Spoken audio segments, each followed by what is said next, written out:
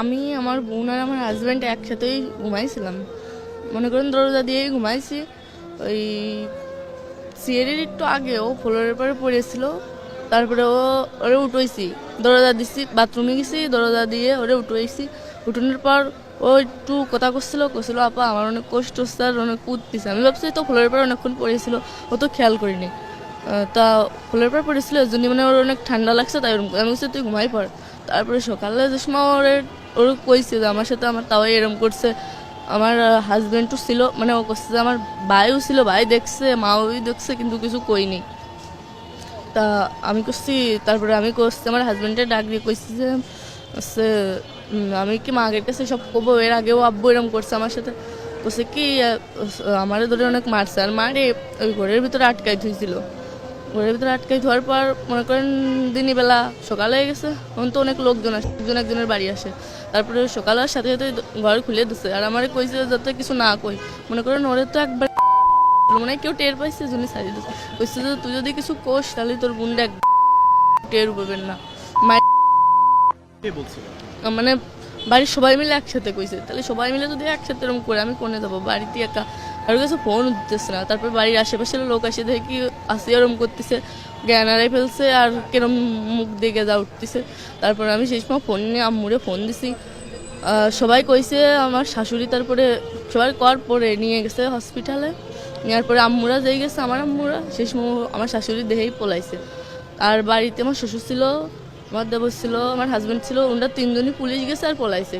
মানে বেশি যে সময় লোক হয়ে গেছে সেই সময় পলাইছে। আর আমার সাথেও এরকম এর আগে একবার হয়েছে। তা আমি বাড়িতে জানাইছি, আম্মুরা মনে করেন বিশ্বাস করেছে আমার আম্মুরা, কিন্তু মান সম্মানের বইতে আমার আবার বুঝে পড়ে দিয়ে পাঠাইছে। আর ফোনে কইছি, অনেকেও বিশ্বাস করিনি। আমার হাজব্যান্ডে কলেই আমি যদি কই যে আব্বু আমার সাথে এরকম করে, তাহলে আমার ধরে খালি মারে, কয় কি তোরে মার মানে আমার বোন যদি সেদিন আমার সাথে না থাকতো, মনে করেন সেদিন আমার সাথে ওরকম কিছু হতো। এর আগে কিরকম করছে আপনার সাথে একটু? মনে করেন আমি বাথরুমে আইছি, আব্বু আমার মানে আমার শ্বশুর আমার পিছন থেকে জড়াই ধরছে, মানে ও কিছু করতে চাইছিল, কিন্তু মানে মনে করেন সেই সময় বেশি রাত না, রাস্তাতে লোক যাচ্ছিল, এর জন্য কিছু করিনি।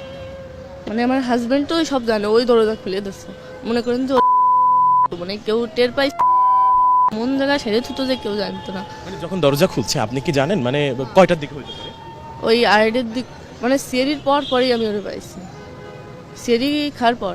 হ্যাঁ জি, আমরা রাতে খাওয়ার পর তিনজন একসাথে দরজা দিয়ে ঘুমাই পড়ছিলাম। তারপর মাঝরাত্রি ওরে পাইছি, মানে সিঁড়ি খাওয়ার পর আমি বাথরুমে উঠছি, যেই দরজা খোলা। তারপরে ও করছিল যে আপা আমার অনেক কষ্ট হচ্ছে। আমি ভাবছি ফ্লোরের পর পড়ে রয়েছে, এর জন্য ওর ওরম লাগতেছে। বলছি তুই ঘুমাই পড়। সকালেও করছে আমার সাথে, তাও এরম করছে। ভাই দরজা খুলে দিচ্ছে, কিন্তু ভাই হচ্ছে কিছু কই নেই, মানে কথা কথি পারতেছে না, অনেক কষ্ট হচ্ছে। আমি বুঝতেছি, আমি যে মা আগের কাছে ফোন দেবো, ফোন টোন কেউ কিছু দিতে দিই নেই। আর করছে যে তুই যদি কারোর কাছে কোষ কিংবা তোর বাপ মার কাছে ফোন দিস, তাহলে করলাম তোর বোনরা যেটুকু আছে, কেউ কি চায় তার বোনরে হারাতি? হাজার কষ্টের ভিতরেও কেউ চায় না যে তার নিজের বোনরে হারাতি। সে তোমার নিজের বোন, তাহলে ওর সাথে বেশি কষ্ট মনে করেন যে আমার বাড়িতে আমি জানিও কিছু করতে পারিনি।